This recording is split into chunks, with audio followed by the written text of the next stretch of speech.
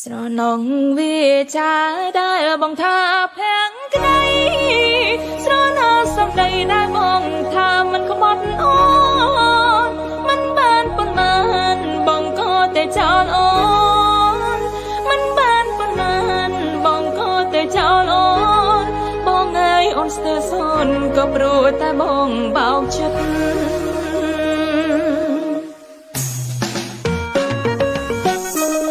ពួកយើងកំពុងតែឃ្លាតកាយស្នេហ៍យើងឆ្ងាយចម្ងាយ10000ម៉ែត្រអូនដឹងថាបងនេះតាមម្ដាយព្រោះលទ្ធភាពអូននេះវាតូចពេកមិនត្រឹមក៏អូនឯអាចដឹងថានឹងគេនោះវាស្មើមេឃម្ដាយបងក៏គិតត្រូវហើយព្រោះអូននេះវាតូចទាបពេកកាត់ចិត្តតិចតួចទៅចោះបងនៅទួញសោក៏វាមិនមានន័យពាក្យពេញដែលចេញពីមាត់បងពាក្យសន្យាបងភ្លេចក៏មិនធ្វេកិនច្រើនពេកបងប្រយ័ត្នឈឺបានហើយអូនសុំចិនថ្លៃបាបងយើងមិននោះនាំមានពីប្តេងសារីស្រណងវាចាដែលបងថាភាំងក្តី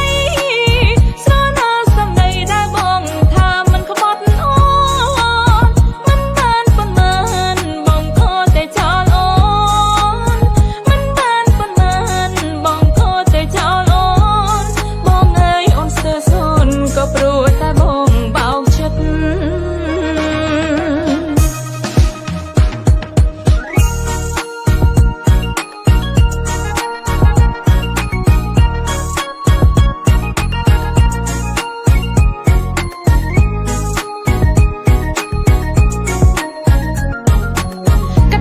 ជីវិតអូននេះវាហាក់តែកាន់អវត្តនីតែខ្ញុំក៏វាជាឡាយសន្យាជាមួយ